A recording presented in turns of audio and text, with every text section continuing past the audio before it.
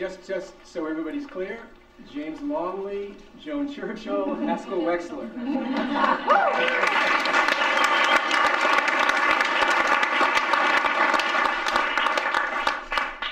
The question I would like to propose for this evening is this. What exactly are the new, quote, rules of engagement for the kind of intensely intimate shared experiences that documentary filmmaking seems more and more to demand from both shooter and subject? Where do each of you, the panelists, draw the line when trying to navigate this new ethical terrain? As filmmakers, how do we, all of us, nurture the confidence of our subjects in such a way that they will feel comfortable opening up to us on camera? How do we honor that trust later on? How has this relationship between shooter and subject been made even more complicated by the arrival of lightweight, inexpensive digital video cameras and the internet, where nothing seems off limits and everybody seems to have a camera, if not be a potential filmmaker? So it's interesting for me to start off with Haskell, because Haskell has selected a scene that was shot almost exactly 30 years ago. It's from a film you co-directed with Saul Landau in 1971 called Brazil, A Report on Torture. The scene you've picked was shot on 16mm film on an eclair, if I'm not mistaken, at a time when digital video was a little more than a gleam in some Sony engineer's eye. What is it about this scene, after 30 years, that still haunts you? Why did you pick this scene? Give him the microphone. Microphone. You have to. Okay.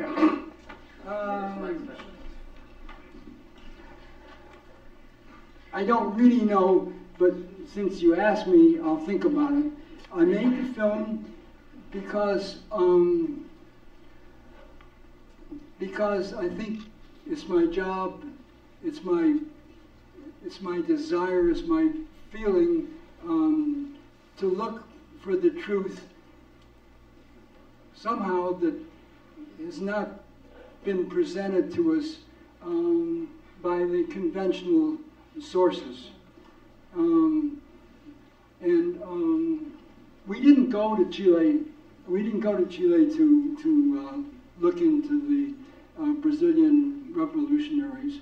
But the good part about this film is that the military government was run out. It was a military government. They didn't tell some of the tortures that Maria told me, that there were U.S. people present when torturing was going on. There were shock electrica, with a lot of the electric shock treatments were done with American equipment and American supervision. And now that actually the president of Chile, president of Brazil, was a woman who was in part of the same revolutionary group that Maria Auxiliadora was.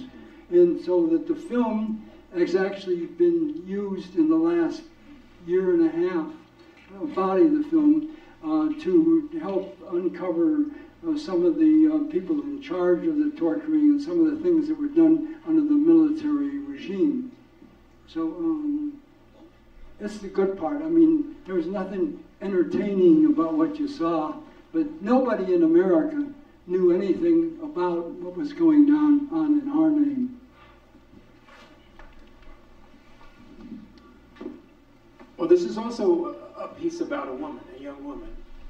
And do you want to talk a little bit about why you're still thinking of her 30 years later, this woman, Maria Auxiliadora? Well, she, just spending time with her and then learning that she did escape from Pinochet's Chile to France, and she committed suicide by getting in front of a French subway. I think that the film keeps alive the spirit of revolutionaries who had it with the corruption, the misalignment of human values that go toward power, militarism, and profit, and contrary to human values. As you see, Allende tried to do in Chile. Yeah. I know, listen, I can hear my voice talking, and I can hear people thinking, well, let's cut this political shit. And what I'm telling you and what I feel is the political shit is our human shit. And as filmmakers, I want to think about it. And okay.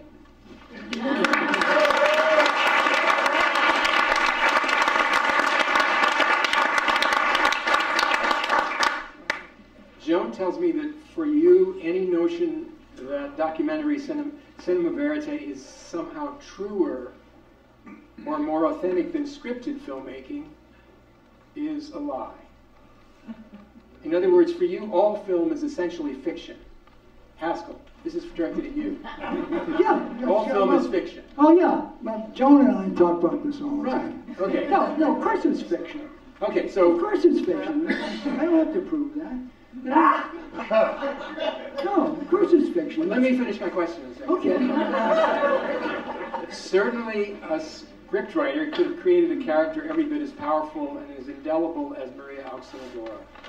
But would that fictional character, after 30 years, still have the hold that Maria has to this day on your moral imagination? Who knows? Maybe so. But doesn't this very question go right to a truth about why we all struggle to make these kinds of films? Films that rise above the din of artifice, manipulation, and selling that we see all around us in the media every day. Here's my question. How and where do you personally draw the line between truth and fiction in your work as a documentary cameraman, if you do at all? In other words, is it all fair in love and war, as the saying goes?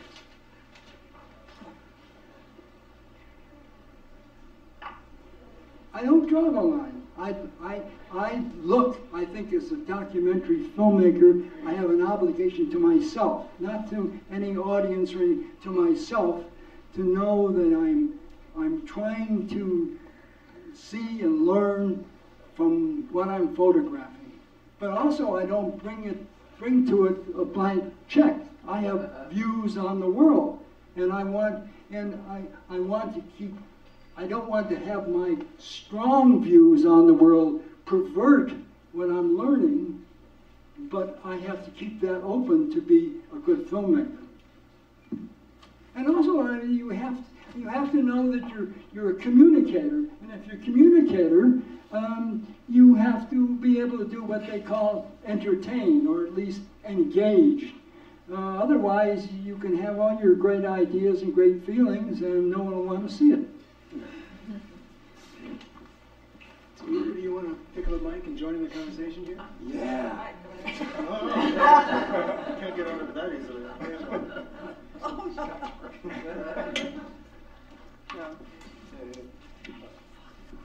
Well, Haskell and I do debate this all the time, and he says everything is fiction, and I think, especially now with this new technology and these little cameras, that you can, if you are the kind of person who people want to have around, which means that you have to be interested in them and a good person, that you can be led into these little subcultures and get a pretty good representation of what's really going on if you don't set things up and make people feel like they're in a movie, like using lights all the time.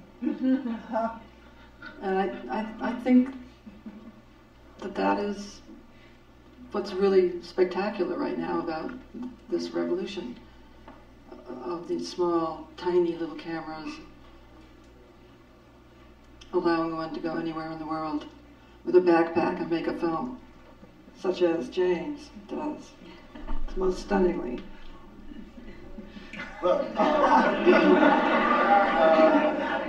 it's true actually. I mean, this, Haskell's clip was shot the year I was born. So obviously you've been doing this for a lot longer.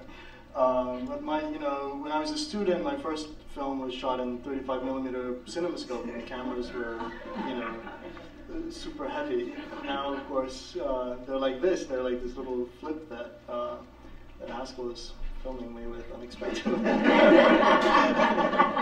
So, the game has changed. Anybody can do it. But, the truth of it is that in a lot of cases, people rarely do. People make their own movies, but to really go out and spend a year or 2 years or 3 or 4 making a film is something still that is, it's that time commitment and that desire to do it that I think most people still don't have. So, I do consider myself really fortunate to be living in that that age when the camera technology, the mechanism of the filming has become really light to the point of disappearing.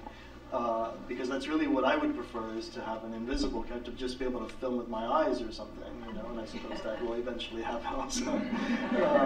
But do you ever find yourself trying to negotiate this issue of what seems true to you and what seems false, and what seems fictional and what seems artifice?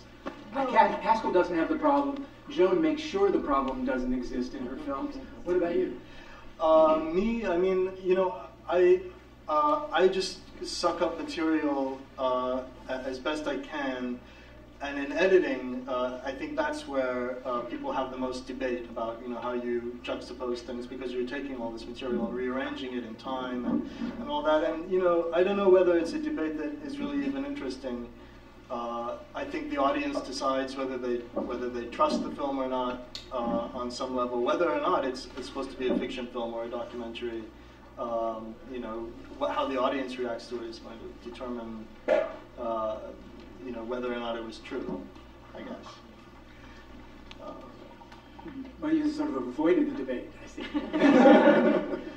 I don't know. I mean, truth is happening in an infinite number of places, all the time. And how are you going to really capture truth, And I don't know. I mean,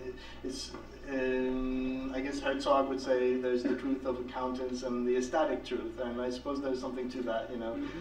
I don't know what the aesthetic truth really means, besides what you like, what appeals to you, what you feel is the most true thing about a particular moment that you happen to be there to film. But when you're pointing your camera in one direction, something's happening behind you, and you didn't get that. So, I don't know. There isn't any objective truth that you can actually capture with the camera, and so, the truth becomes something else that you can do in cinema. I think it's the truth is not something objective anymore. It's whether or not you were honest about what you were doing, I guess. Joan, you want to? Yeah, no, it's always a very subjective thing. Where you point the camera, where you are when you're pointing the camera. I mean, I try to use the camera literally, as you described, as my own eyes. So whatever I'm interested in looking at, when I'm following a conversation, that's where I point the camera.